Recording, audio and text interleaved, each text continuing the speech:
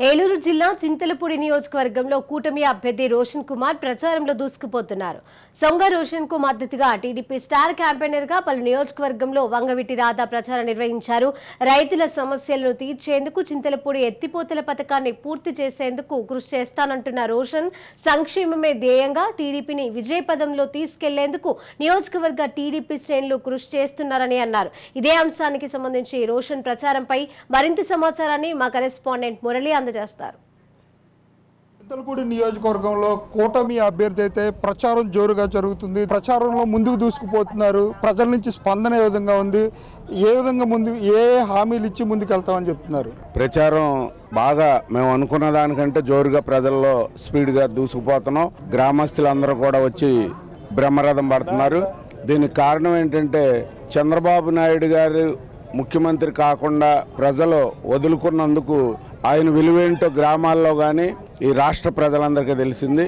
మరలా చంద్రబాబు నాయుడు గారు ముఖ్యమంత్రి అయితే తప్ప జగన్మోహన్ రెడ్డి ఒక్కసారని ముఖ్యమంత్రి పీఠం ఎక్కి ఆంధ్ర రాష్ట్రాన్ని ఎటు చూసినా అధోగతి పాలు చేసి అన్ని వ్యవస్థలు నిర్వీర్యం చేసేసినాడు.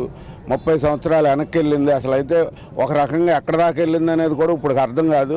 ఆ పరిస్థితి చేశాడు కాబట్టి బాబు గారిని గెలిపించుకోవాలని, కూటమిని గెలిపించుకోవాలని, అలాగే పవన్ కళ్యాణ్ గారు బీజేపీ నుంచి అలాగే జనసేన పార్టీ నుంచి స్పందన ఏ విధంగా ఉంది, సహకారం ఎలా ఉందనుకోవచ్చు? బీజేపీ నుంచి కానీ జనసేన నుంచి కానీ మాకు 100% సహకారం ఉంది. ప్రజలను గాలికి వదిలేశారు, పరిపాలన గాలికి వదిలేశారు. ఎంతవరకు 3 రాజధానులని వైజాగ్ దగ్గర నుంచి ఇక్కడ వరకు దోపిడీ తప్ప ఇసుక కానీ మద్యం కానీ ఈ రకంగా రాష్ట్రాన్ని దోసేసేసరికి జనాన్ని భయభ్రాంతులు చేశారు.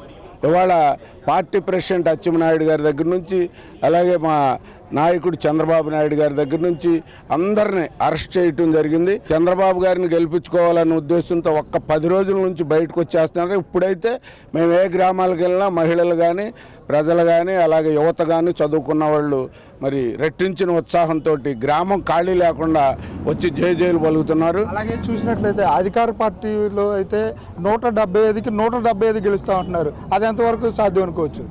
అధికార పార్టీ 175కి 175 గెలుస్తున్నామంటే దాని అర్థం ఏంటంటే ప్రజలందరూ కూడా టీడీపీకి వెళ్ళిపోయారు, మనం గెలవం, కూటమికి వెళ్ళిపోయారు అనేది వాళ్ళకి అర్థమైంది. ఓ పక్క పవన్ స్టార్ పవన్ కళ్యాణ్ గారు కానీ, ఓ పక్క చంద్రబాబు నాయుడు గారు, ఓ పక్క లోకేష్ గారు, ఓ పక్క పార్టీ అధ్యక్షులు అందరూ కూడా తిరగటం, ఎక్కడికి వెళ్ళినా వాలంటరీగా వస్తున్నారు ప్రజలు. ఎండ కూడా లెక్క చేయకుండా 3 గంటల మీటింగ్ ఉన్నా 2 గంటల మీటింగ్ ఉన్నా. కాబట్టి రాష్ట్రం అంతా కూడా ఇవాళ ఈ కూటమిని గెలిపించుకోవాలని, ఎందుకంటే ప్రజలకు అర్థమైంది అసలు కేంద్ర ప్రభుత్వం లేని వాళ్ళు ఏం చేస్తారు.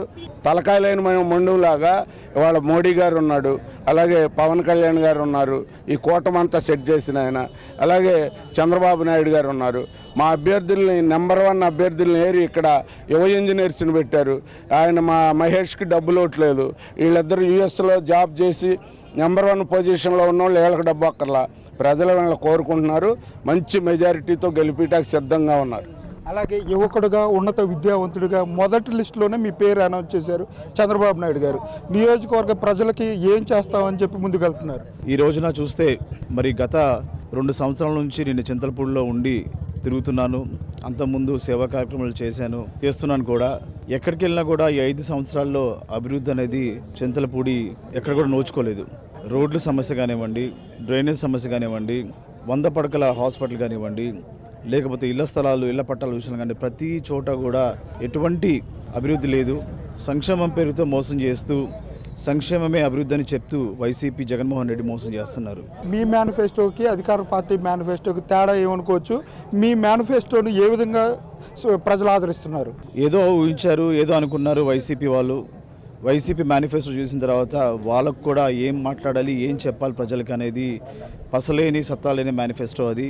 ఉమ్మడి ఎన్డీఏ మేనిఫెస్టో చూస్తే ప్రతి వర్గానికి, ప్రతి సెక్షన్కి, ప్రతి ఒక ఏజ్ గ్రూప్కి, ప్రతి ఒక్క కమ్యూనిటీకి అసలు డీటెయిల్డ్గా మేనిఫెస్టోలో చెప్పడం జరిగింది. అలాగే మరి ఇన్ని పథకాల్ని అమలు చేయాలంటే సంపద సృష్టించాలి. సంపద సృష్టించే ఏకైక నాయకుడు నారా చంద్రబాబు నాయుడు గారు. ఎలా సృష్టిస్తామని కూడా చెప్పడం జరిగింది. మరి పూర్ టు రిచ్ అనే కాన్సెప్ట్తో కూడా మరి ప్రైవేటు పీపుల్ని గవర్నమెంట్ని ఇన్వాల్వ్ చేస్తూ అభివృద్ధి ఎలా చేయించని కూడా చెప్పడం జరిగింది. తప్పకుండా సంక్షేమ అభివృద్ధితో ముందుకెళ్తాం. అలాగే ఇప్పటికే అధికార పార్టీ నుంచి మిమ్మల్ని ఎన్నో రకాలుగా ఇబ్బందులు పెట్టారు. మీ నామినేషన్ కూడా చెల్లదంటూ కూడా ప్రచారం చేశారు. ప్రజలకి తెలుగుదేశం నాయకులకి ఏం చెప్తారు? ఆధారాలని అలిగేషన్స్ తోటి నన్ను ఇబ్బంది పెట్టాలని చూశారు. మొన్న నామినేషన్ స్క్రూటినీ విషయంలో చూసాము. బోగోల్లో ప్రచార ఆటో ఏదో తిరుగుతూ ఉందో నా ఫ్లెక్సీని చింపేసి మరి చెప్పుతో కొట్టి ఆటో డ్రైవర్ని కూడా భౌతికంగా దాడి చేశారు. ఇవన్నీ చూస్తుంటే వైసీపీ ఓటమికి వారు ఏం చెప్పాలో తెలియక ఇవన్నీ కూడా చేస్తున్నారు. ఏదేమైనా కూడా ప్రజలు డిసైడ్ అయ్యారు. రాబోయేది నారా చంద్రబాబు నాయుడు గారి నాయకత్వం ముఖ్యమంత్రి ఖాయం. చింతలపూడి ఏలూరు ఎంపీని మా ఇద్దరిని కూడా భారీ మెజార్టీతో గెలిపించడం ఖాయమని చెప్పి తెలియజేస్తున్నాను. అలాగే తెలుగుదేశం సీనియర్ నేత ఉన్నారు, చెప్పండి, చింతలపూడి నియోజకవర్గంలో ఏ విధంగా ఉండబోతుంది మీ గెలుపు? చింతలపూడి నియోజకవర్గంలో గెలుపుని గురించి మేము అసలు ఏ రకంగానూ ఆలోచించట్లేదు. మెజార్టీని గురించి ఆలోచిస్తున్నాం. 50,000 పైసలకు మెజార్టీ తీసుకురావాలని మేము చూస్తున్నాం. ఈ రోజున గత 5 సంవత్సరాలలో ప్రజలు అనుభవించినటువంటి నరకాన్ని ఓటు రూపేణా కసి తీర్చుకోవాలని చెప్పి వాళ్ళు చూస్తున్నారు. ఎప్పుడెప్పుడు పోలింగ్ అని చూస్తున్నారు. వాళ్ళందరికీ కూడా రేపు రాబోయే రోజులలో ఒక మంచి రిజల్ట్స్ని ఇచ్చి మమ్మల్ని అందరినీ ఆశీర్వదించడానికి సిద్ధంగా ఉన్నారు. అలాగే ఇప్పటికే నియోజకవర్గంలో భారీగా చేరికలు జరుగుతున్నాయి. వారికి ఏం చెప్తారు? నాయకులకి ఏం చెప్తారు? భారీగా అంటే దాదాపుగా 3,000 కుటుంబాలు వైసీపీ నుంచి జనసేనలోకి, తదుపరి మా పార్టీలో కూడా చాలా వేల సంఖ్యలో చేరారు. వారందరికీ కూడా మేము మా కుటుంబ సభ్యుల్లాగానే ట్రీట్ చేస్తాం. మా జెండాలు 3 అయినా మాది ఒకటే కుటుంబం. అందరం కలిసే పనిచేస్తాం. అందరం బ్రహ్మాండంగా కలిసి పనిచేస్తున్నారు. చాలా యాక్టివ్గా ఉన్నారు. అందరూ కూడా మాకంటే కసిగా ఉన్నారు మా మిత్రపక్షం. అలాగే చూసినట్లయితే 3 పార్టీల నుంచి కూడా మంచి ఆదరణ ఉంది. జనసేన పార్టీ నుంచి కానివ్వండి, బీజేపీ పార్టీ నుంచి కూడా ఆదరణ ఉంది. అలాగే చేరికలు కూడా వైఎస్ఆర్సీపీ పార్టీ నుంచి తెలుగుదేశం పార్టీలోకి వేలాదిగా చేరికలు జరుగుతున్నాయి.